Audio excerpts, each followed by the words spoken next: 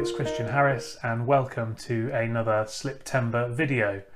Today I'm going to talk you through contamination, which is the first of the CHIMES acronym.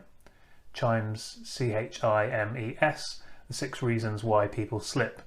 And last week I did an introductory video setting out what the CHIMES acronym stands for and why that's important. And today I'm going to start running through each of the CHIMES in order and giving you some examples of what exactly you need to know, or more specifically some of the questions you should think about and some of the issues that you should consider when it comes to trying to manage your slip safety risks. So here we go with contamination. There are 5 key questions to answer here. The first is why. Why is it important to control contamination? Well, quite simply, if you've got a clean and a dry floor, then the likelihood of somebody slipping is incredibly low. The next question is who. So the level of contamination on the floor is going to have a different impact on different types of people. So if you're an elderly woman, for example, then statistically you're much more likely to slip and fall than if you're a younger gentleman. Whereabouts is that person? Now this is important when it comes to contamination because different areas of buildings have different types of contamination on the floor. So if you're in a kitchen, you're dealing with grease. If you're on a poolside, you're dealing with body fats. If you're in a manufacturing facility, you could be dealing with foodstuffs. If you're on a building site, you could be dealing with dry contamination such as dust.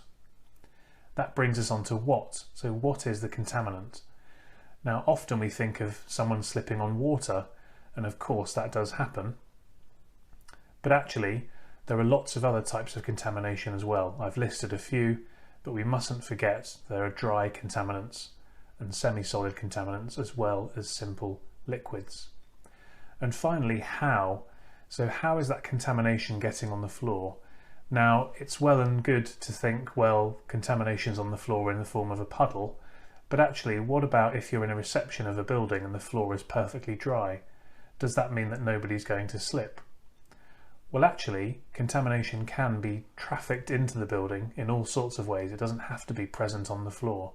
So in that scenario, there could be a pushchair pushing water from the floor outside in and onto the reception floor. There could be water dripping off an umbrella. There could be a spillage. There could be liquid on the bottom of someone's foot. So there are all sorts of ways that contamination can become present on floors as well. Why does this all matter then overall? We need to try to either manage the contamination by eliminating it as much as we can, or if not, figure out how much contamination we can withstand on the floor, but the floor still being safe. As you'll see, and as you're starting to appreciate, CHIMES do interrelate. So we're talking here about human factors, which is individual.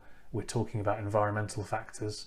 We're talking about the surface as well. We're talking about maintenance and cleaning, because how much contamination is on the floor is down to how much cleaning and how effective that cleaning is as well. So you're starting to see that these CHIMES do interrelate a lot. But the key point is, for each single area of CHIMES, you need to start asking yourself some of these questions, doing a much more thorough risk assessment than you've probably ever done before. And that's the way to get on top of slip safety, to manage your slip risks and to reduce the likelihood of accidents, injuries and claims. In tomorrow's video, I'm going to give you an example of contamination and how that has played out in real life. But for now, hope that's been useful. Do support the campaign, comment and like on this post and you're in with a chance of winning a free slip test. Sign the e-petition, get involved in the other ways as well, and look forward to seeing you again for another video tomorrow.